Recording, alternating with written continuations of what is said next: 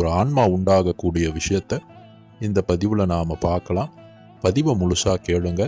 முதல்ல ஆன்மான்னு சொல்லக்கூடிய விஷயம் வரணும்னா அண்ட சராசரம் படைக்கப்பட வேண்டும். அப்போ அண்ட சராசரத்தின் படைப்பு எப்படி இருக்கு அப்படின்னு பார்த்தோம்னு சொன்னா, உங்களுடைய இரு காதுகளை மூடின பிறகும் எப்படி ஒரு நிசப்தமான சப்தம் உங்களுக்குள்ளே இருக்கின்றதோ, அதே போல ஒண்ணுமே இல்லாத இந்த அண்ட சராசரத்துல அகரம் உகரம்னு சொல்லக்கூடிய சிவம் சக்தின்னு சொல்லக்கூடிய ஒன்றோடு ஒன்று சேருகின்ற போது நாதம்னு சொல்லக்கூடிய அந்த ஓங்காரம் உண்டாகுது. இப்படி பல காலம் அந்த ஓங்காரம் அகரம் உகரத்தோடு சேர்ந்து இசையும் பொழுது அதிலிருந்து சோதி உண்டாகின்றது.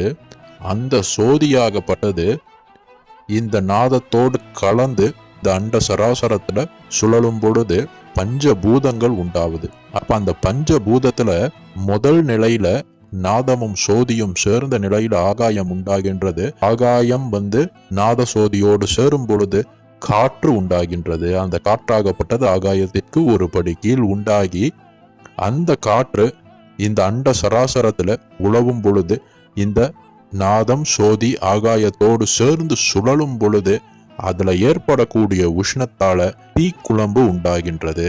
அந்த தீக்குழம்பு உண்டான பிறகு வரக்கூடிய உஷ்ண வாயுக்கள் காற்றில் இருக்கக்கூடிய ஜலவாயுக்களோடு சேர்ந்து நீர் உண்டாகின்றது. அந்த நீராகப்பட்டது அக்னி குழம்பில் படும் பொழுது அக்னி குழம்பு வெடித்து சிதறுகின்றது. இன்னைக்கு நம்ம பார்க்கிறோம்ல, மழை பெய்யும் பொழுது அதுல ஒளிப்பட்டால் வானவில் தோன்றுகின்றதோ அதே போல அன்று நீராகப்பட்டது விழும் பொழுது அந்த இடத்துல உற்பத்தியாக கூடிய சோதியின் வெளிப்பாடு. இந்த நிசப்தத்தில் எப்படி ஆதியில ஒரு சோதி நிலவி இருந்துச்சோ அந்த சோதி 7 விதமான வர்ணங்களாக பிரதிபலிக்கின்றது. அந்த பிரதிபலிப்பின் பலனாக தான் ஒவ்வொரு ஆன்மாக்களாகப்பட்ட சீவான்மாக்கள் தோன்றுகின்றது. வெடித்து சிதறுகின்ற பாகங்கள்ல நீரை முதலில் தாங்கிய ஒரு பாகமாக சந்திர கிரகங்கள் உண்டாகின்றது. அதற்கப்புறம் வெடித்து சிதறிய தூசு மண்டலங்கள் 7 விதமான கதிர்வீச்சுகளையும் உள்வாங்கி நட்சத்திர மண்டலங்களாக உருவாகின்றது.